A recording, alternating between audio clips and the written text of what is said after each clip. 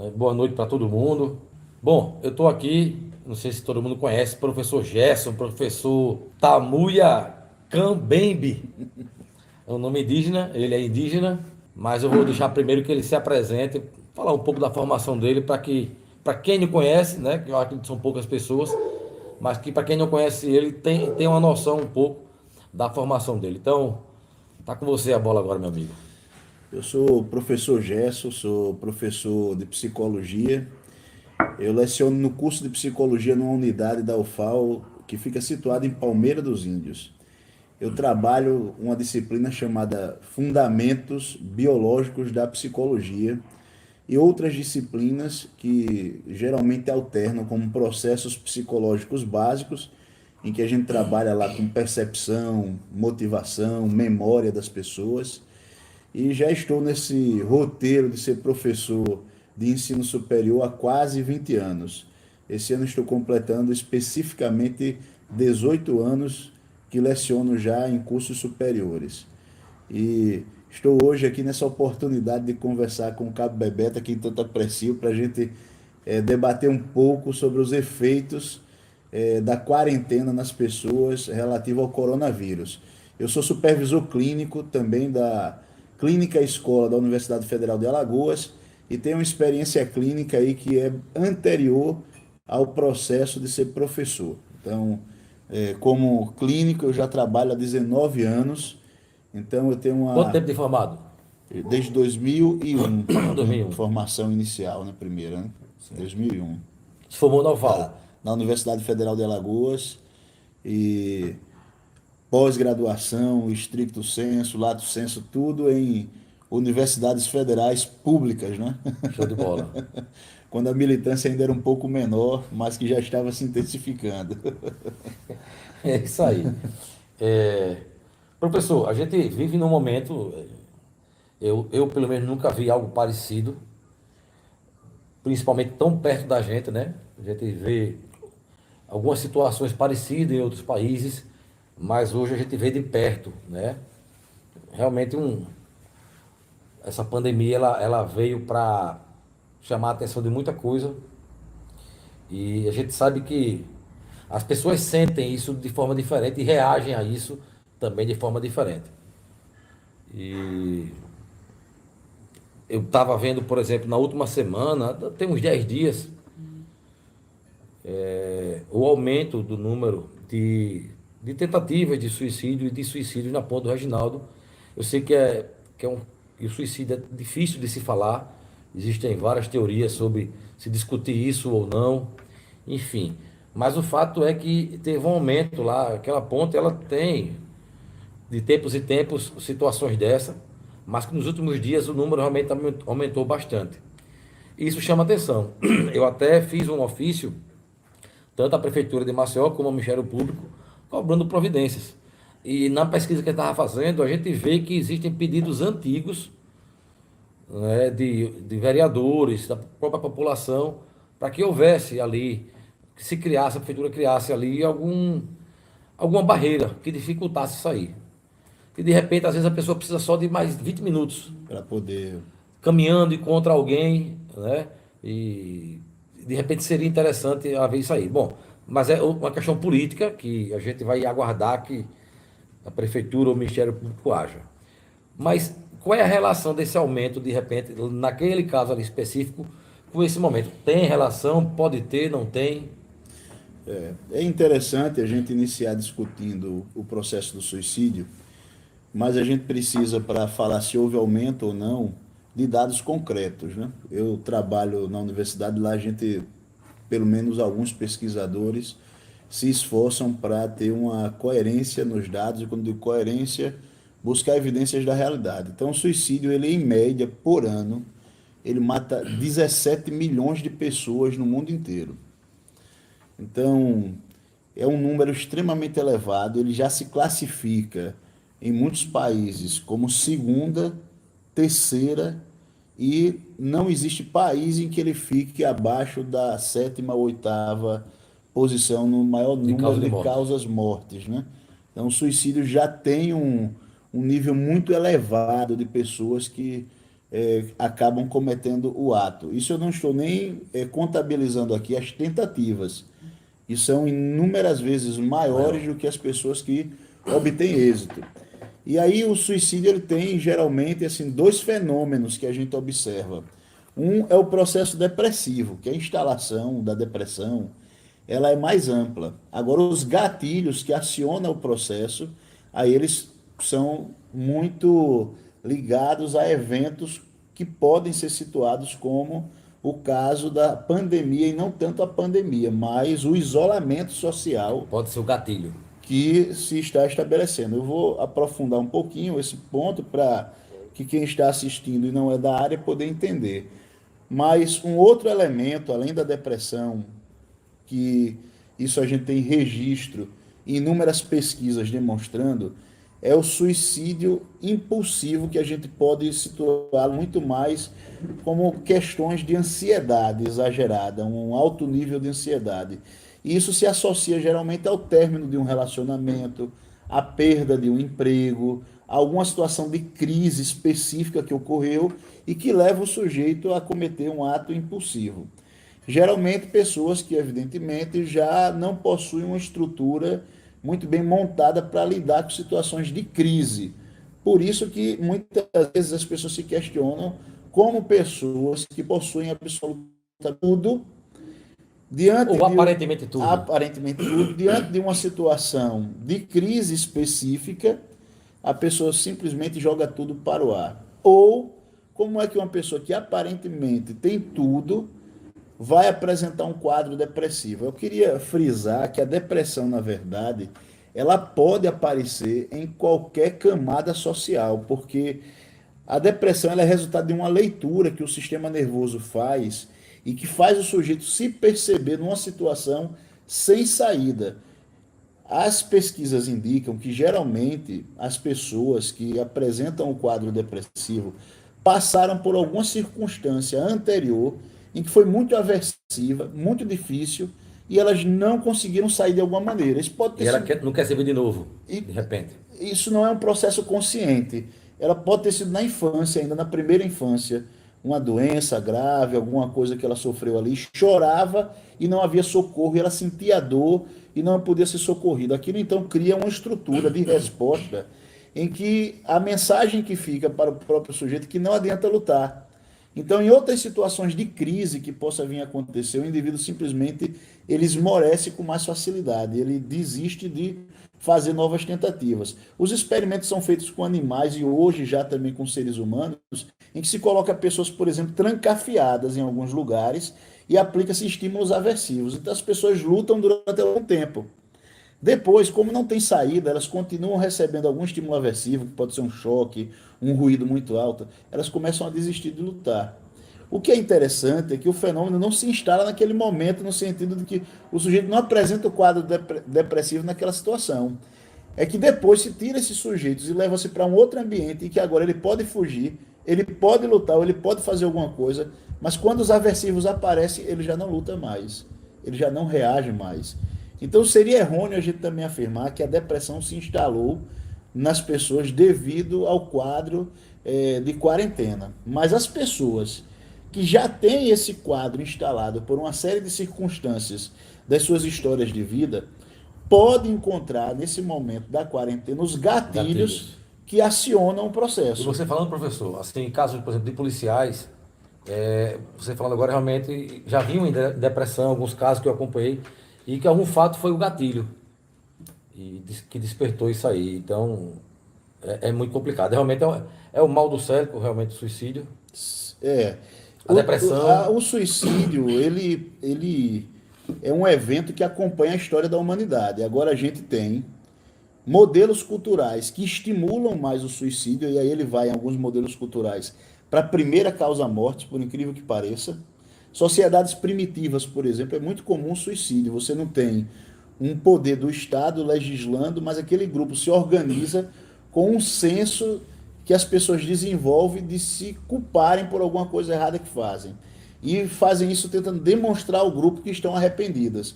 É uma cultura que a gente ainda acompanhou muito no modelo anterior, que é essas últimas décadas, pós Segunda Guerra Mundial, o Japão modificou muito o modelo cultural, mas era muito comum a gente ver nos filmes japoneses Aham.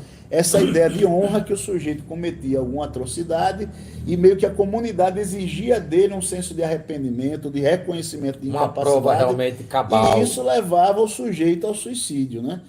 Os alemães também durante a Segunda Guerra Mundial, principalmente no pós Segunda Guerra, quando o Hitler sucumbiu, foi números de suicídio altíssimos, né? De quem? Das forças Que defendiam os alemães, os próprios alemães, né? Cometendo suicídio em larga escala, né? Porque a gente está aqui percebendo que essas pessoas elas tinham uma visão de mundo, um modelo de mundo que elas acreditavam que e pintaram para elas. exato, mas sempre para todos nós o mundo é pintado de uma É, maneira, né? é. E aí o que que acontece? Quando aquele mundo vai ruir, então eles acreditam que não existe outro modelo de mundo possível. Eles se sentem justamente naquela condição sem saída.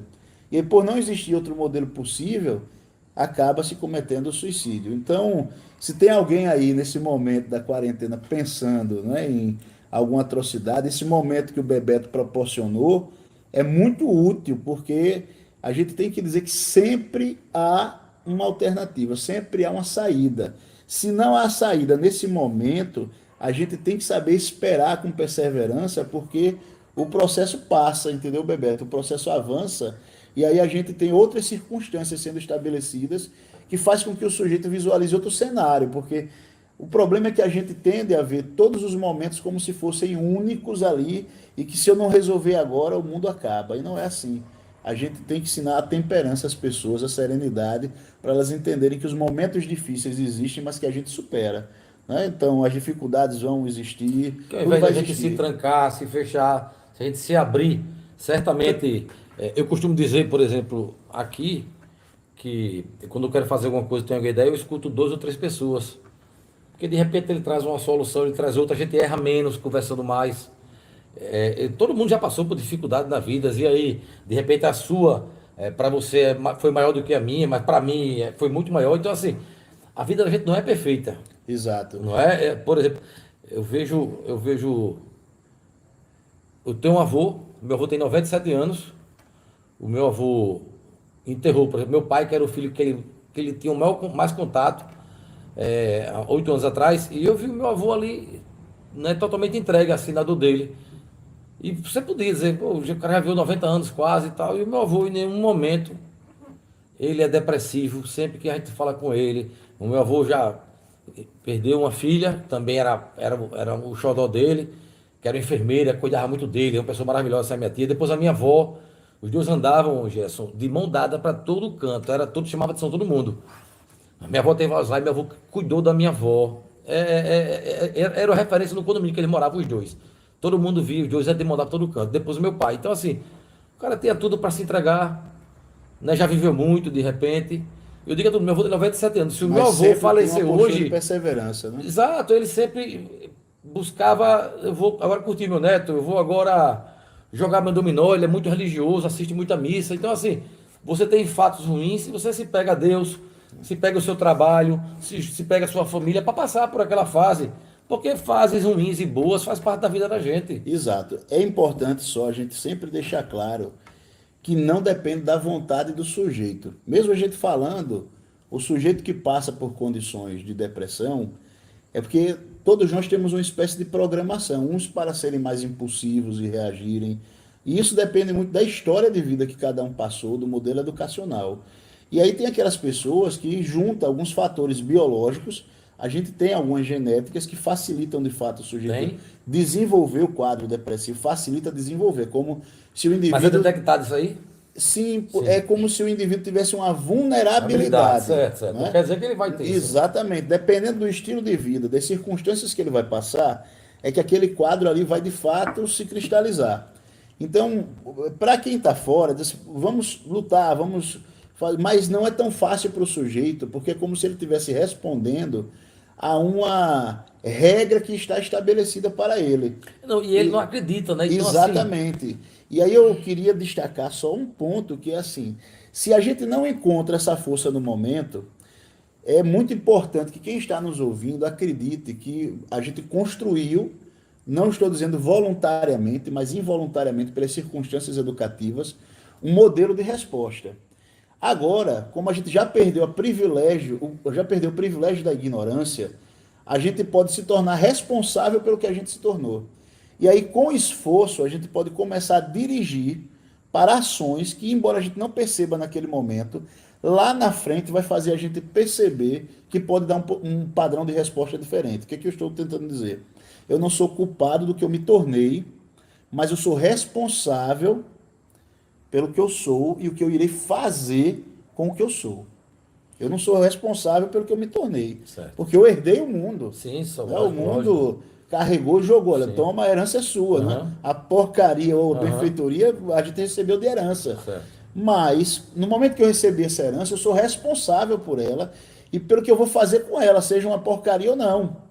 Então, eu gosto muito daquela música que Jair Rodrigues canta, que diz que no mundo o destino tudo estava fora de lugar, eu vivo para consertar. Então, eu digo para todo mundo que a gente tem que viver para consertar e tem que ter essa vontade de viver para consertar. Porque no primeiro momento, se alguém recomenda a necessidade de você fazer caminhadas, tomar sol, ler coisas que sejam construtivas e que ajudem você a ter uma postura de enfrentamento, você não vai sentir vontade. Mas com o passar do tempo, fazendo esse esforço, então procura uma orientação profissional para lhe orientar nisso, para você também não estabelecer um padrão de E às vezes comportamento até- de lamúria, de E às vezes até lamentação. você fica mais à vontade, porque você às vezes não Exato. quer conversar com a família, porque de repente você acha que a família é a causadora do seu mal, e você tratando como profissional, Ele vai saber como dirigir o você talvez processo. fique mais à vontade. Perfeito. Né? Porque se você conseguisse na sua família buscar essa ajuda, talvez você não chegasse a esse ponto, mas de repente você se vê sem saída, você não confia E por algum como, motivo no familiar seu. e como o processo é involuntário, eu estou falando isso para você que quer assumir algum compromisso com a sua vida, como o processo é involuntário e o sujeito não tem muito controle, às vezes as pessoas querem ajudar e elas acabam contribuindo para que a fatalidade aconteça. Por quê? Porque as pessoas nunca dão atenção ao outro e quando o outro comete algum sinal de atrocidade consigo mesmo, as pessoas depositam atenção. Então isso vai funcionando como se fosse também uma espécie de curtida no Facebook, no Instagram, que o sujeito começa a entender que isso não é que ele entende conscientemente, mas é que nós temos uma espécie de programação que respondemos a esse processo de valor social que as pessoas dão. Então, se eu souber como uma criança que só obtém atenção quando faz alguma Quando traquinagem. chora, E quando aí, quebra alguma o que coisa. acontece? Essa criança acaba sendo involuntariamente modelada para ficar traquina, danada, para dar trabalho aos pais, porque é a única forma que ela tem acesso ao contato com os pais, às vezes. Então, é por isso que é importante um olhar profissional, porque quem lida com um depressivo que faz tentativas de suicídio de maneira recorrente sabe que essa pessoa precisa desenvolver, na maior parte dos casos, um leque de outras habilidades para ela aprender que a necessidade social, gente, todos nós temos. Temos, é verdade. Entendeu? Então a diferença é só o seguinte, por exemplo, eu estou aqui diante do Bebeto, né, que tem uma carreira policial que ele construiu, entrou na política com o objetivo de favorecer a sociedade. Então ele está construindo uma história de vida, gosta de pescar nas horas vagas, né, quando é possível, tem uma família. Então você vai construindo um modelo em que você deposita habilidades. Mas outras pessoas não têm a oportunidade de desenvolver essas habilidades e aí tem a sensação de vácuo, que não tem nada para fazer, que não é importante, que não é representativo, que não é significativo. Então isso a gente não resolve com o choro. Veja, você quer reconhecimento, uma pessoa que estuda o doutorado quer reconhecimento, uma pessoa que faz fisiculturismo quer reconhecimento. Então o ser humano ele é carente de reconhecimento e a gente não pode ter vergonha de dizer que quer reconhecimento. A questão é que a gente precisa deixar de dar reconhecimento a modelos errados, como fizemos durante muito tempo, exaltando pessoas que usavam drogas, exaltando pessoas que apresentavam modelos que causavam ruptura familiar. E aí a gente agora precisa entender que precisa apresentar modelos saudáveis. E esses modelos saudáveis, eles são dignos de apreciação. E são boas referências. Exato. E aí o que acontece? Então as pessoas ali que apresentam quadros depressivos, elas podem observar esses modelos saudáveis e aí imitar, nesse caso, não é nada ruim. A gente imitar pessoas que construíram uma história de vida que são apreciáveis, não é nada ruim. Que são bons exemplos, né? Exato, isso não é perda de identidade, muito pelo contrário.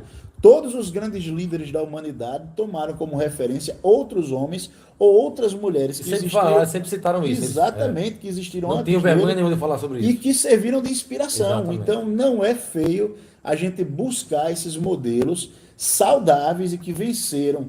Então, a história de vida das pessoas, ela é narrada por quanto o sujeito persistiu, por quanto o sujeito lutou, por mais difícil que seja. Diante de uma situação dessa de comoção social geral, em que as pessoas ficam isoladas, aí você liga a televisão, você tem o noticiário o tempo todo bombardeando, você tem a situação, as contingências, que a gente usa esse termo técnico, né? Que é o contexto favorável tanto para aparecer aqueles casos de suicídio que são repentinos, como também para acionar os gatilhos das pessoas que já têm problemas depressivos. Por quê? Para as pessoas impulsivas? Porque a gente está vendo que as demissões estão ocorrendo em massa, o indivíduo sem dinheiro, esgotado dentro de casa, ele não se torna encantador, nem ele nem ela. Então vai haver problemas de relacionamento, aumenta, porque por mais que as pessoas acreditem que o amor é estar juntinho, ele sempre funciona melhor quando cada um está desempenhando o seu papel e fazendo a sua atividade, tem o seu trabalho e se junta As ali, ocorrências né? de Maria da Penha têm aumentado aqui em Alagoas. Exato, por conta desse processo de isolamento, está todo mundo em casa sem poder sair. Então isso tudo leva Em a qualquer crises. relacionamento, você precisa de vez em quando, cada um tem seu espaço, né? Tem seu momento. Para ter uma saudade, você está todo dia, toda hora. Colado o tempo todo não funciona. Não vai ser legal. Vai chegar um momento que não vai ser legal. Funciona para quem está no primeiro ano de casamento, No acredita começo do nisso, namoro, né? acaba que estar 24 horas, Exato, né? mas É importante ter depois essa vai distância mudar, um pouquinho, dar saudade. Isso é saudável e Exato. necessário, na verdade, o sujeito ter a identidade dele. Para qualquer relação, nem só amorosa também. Perfeito, Para a exato. sociedade, para a Para relação de poder trabalho. apreciar o outro e reconhecer o outro. Então, esse Sentir processo, falta do outro, esse você valoriza processo faz mais. parte da construção. Então, a gente tem nesse quadro de pandemia esse cenário que favorece tanto o aumento de situações ansiogênicas, como também de quadros depressivos. E os dois são muito delicados para favorecer a situação de suicídio. Então, não se surpreendam se pós-pandemia, porque os efeitos ainda duram durante algum tempo, não é um processo que se dissipa rápido. Vamos dizer que amanhã, acabando tudo, a quarentena, ele ainda vai não ter se reflexo, dissolve, né? porque a gente vai ter aí quadros, as pessoas, o leigo geralmente não sabe, mas o TOC, que é o transtorno obsessivo compulsivo, inclusive no CID-10, na Classificação Internacional de Doenças, que é a referência que a gente se utiliza para poder conceituar um problema ou não, o transtorno obsessivo compulsivo ele se classifica dentro dos transtornos ansiosos. Então, a medicação, por exemplo, para um sujeito que apresenta TOC, é a medicação de ansiedade. E aí, se a gente pega, por exemplo, animais que têm uma programação para estarem soltos e aprisiona eles no zoológico, você observa que os animais começam a apresentar quadros de toque, ou seja, as estereotipias, né? Os movimentos repetitivos. É um leão enjaulado, observe que ele vai de um lado para o outro, um macaco fica se balançando o tempo todo. São quadros repetitivos que a gente chama de estereotipia, que num ser humano, a depender de como se apresenta, a gente iria classificar como uma espécie de toque, né? Que é o toque, por quê? Porque a gente tem a compulsão, que é o comportamento repetitivo público, que ele apresenta, e a obsessão, que é uma ideia fixa que o sujeito começa a mastigar ali. Por exemplo, a ideia fixa de que não, se eu não bater na madeira isola, eu vou ter azar, vou adoecer, vai morrer um parente meu. Eu toquei na porta, veja como é o cenário. Né? Eu toquei na porta, fechei na massa, eu tenho que lavar as mãos, passar álcool. Veja que hoje o que a gente está recomendando é que faça justamente isso. E a posteriori, como é que vai ficar? Mas depois que esse momento passar. Então, que ele se continuou a fazer isso toda hora. Exatamente, então a gente está construindo já cenários que pela própria natureza da feitura classifica dentro de um quadro de compulsão. Lógico que não é anormal nesse momento, que tem uma utilidade garantindo a saúde, mas é mais do que esperado que pessoas que sejam mais sensíveis extrapolem esse limite, e mesmo depois, quando o cenário já não for esse, a gente tem que entender que o que garantiu, na verdade, a sobrevivência do ser humano é o próprio sistema imunológico do ser humano. E isso não está sendo muito bem trabalhado. Lógico, eu não vou aqui fazer críticas em termos de cenário político, mas está se alardeando um movimento que é diferente do que vai acontecer no quadro real. Né? Então, os infectologistas e as pessoas que trabalham sabem que o isolamento social está sendo recomendado para que o contágio ocorra de maneira mais lenta, mas ele vai ocorrer. Porque ele, eu não estou tentando ser fatalista com isso, Sim. ele vai ocorrer, porque é o processo natural. Enquanto você não tem uma maioria da população Imune. que já se contaminou, já ficou imune, o vírus tende a circular numa velocidade muito grande.